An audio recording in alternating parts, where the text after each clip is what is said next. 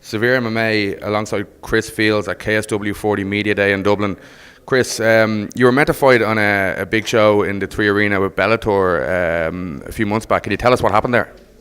That was Belfast. It's supposed to be in Belfast, that fight. So I got pulled from the card over what they said was a possible kink in my carotid artery. Turned out to be nothing. So the fight didn't happen, obviously. And then I got on to them. I said I was ready to go. When they had the Madison Square Garden card, I said I was ready to go. They said, "Oh, we'll keep you in mind." Then they actually came back saying they might even use me in the Dublin card. So I just asked to be released from the contract. They seemed happy enough. So here we are.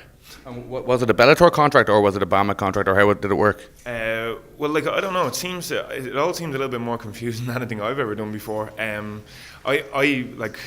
I signed a contract to Bellator saying that I had 3 fights with I signed saying you get paid this for the first fight, this for the second. To me, that's a 3-fight contract. It's all I've ever done before. But they seem to look at it different. It was like a fight by fight, but it doesn't really bother me. I just want to fight, man. I don't really care. And where would you rank this? You fought for Cage Warriors titles, and you've won Cage Warriors title. Where would you rank this fight in terms of importance? Every fight is the most important, isn't it? I feel like the gloves are off a little for me. I feel a little bit different than I used to. I'm not even this week I'm not as nervous. I'm more relaxed. I feel like things have changed in my life a little bit, making me. And I think I'm the type of fighter that will suit some guys that won't. The panic suits them. I think my style is a bit crazy, and then I hold it back a little because I'm afraid of losing. I don't really give a shit. So I'm just ready to go out, throw down, strangle someone unconscious. I think a lot of people don't remember the old days where you kind of came up fighting, and nowadays maybe the young fighters from your gym and other gyms they get sponsorships, they get big shows early. Do you think they have it easier, and do you think it kind of makes them less determined, and maybe it kind of takes away from the strive to make it? They've kind of think like they've already made it before they even get there. I think. Look, it seems easier, but I think every generation thinks that about everything. Our parents think we had it piss easy as well, which we probably did in comparison. I think the big shows, and the big, fighting in the big arenas that we were probably busting our ass to get to. A lot of guys are getting that after 2 or 3 fights now. That's probably gonna. It's probably a good thing, but then from my perspective, especially from my own guys that I think about, I think it's a little bit of a bad thing. I think it. Like you're saying, it makes them feel like they're bigger than they are straight away. That should be something that's earned through a tough career. And I kind of have all my guys the idea is to come up the way all of us guys did. They'll fight the best guys around. They might have a couple of losses, but when they get there, they'll be well capable of handling themselves against anyone in the world. And you've been doing a lot of coaching out in SVG Sword, your gym that you opened up. Do you think that has helped you kind of with remembering the basics that you might have kind of bypassed as the career went on? Yeah, I think going over stuff and going, geez, why don't I use that anymore, or why am I not doing this anymore? And then having the likes of Tom King there every day.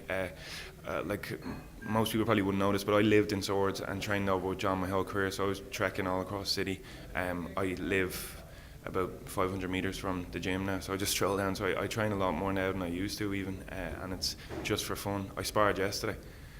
I would never spar the week at a fight usually because I look like a heroin addict, but I went and did 3 fights yesterday just because I wanted to, because I'm enjoying training. So and then Pete said I look like an Abercrombie and Fitch model, so I'm happy with all this.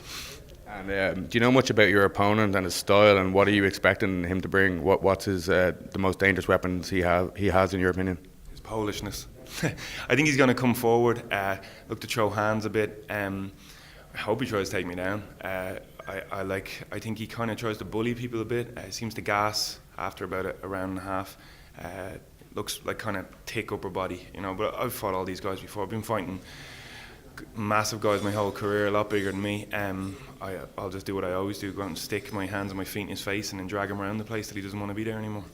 Usually when an Irish guy fights in Ireland, there'll be 100% of the crowd behind them, but this might be different with the amount of Polish people in Ireland and how passionate they are about MMA. So are you expecting it to be a bit 50-50, or what are you expecting from the crowd? Yeah, the 50-50 thing is probably what I'm expecting. I think I'll get a bit of support out of the Irish-Polish. They'd all know me from the scene or whatever, And then I've helped a few other Polish guys with their training over the last few years. So I think I'll get a bit of support from them. Obviously, the Irish should be behind me. I think it's kind of cool, though. I remember, and you remember because you're around long enough, the Celtic Gladiator with Connor, and the atmosphere there was phenomenal. It was like a football match, so I'm kind of expecting that, which would be great. The Polish fans seem to be big into their combat sports, so they don't seem to really boo too much. It's more they won't clap, which is okay. All right, that's great. Thanks a million.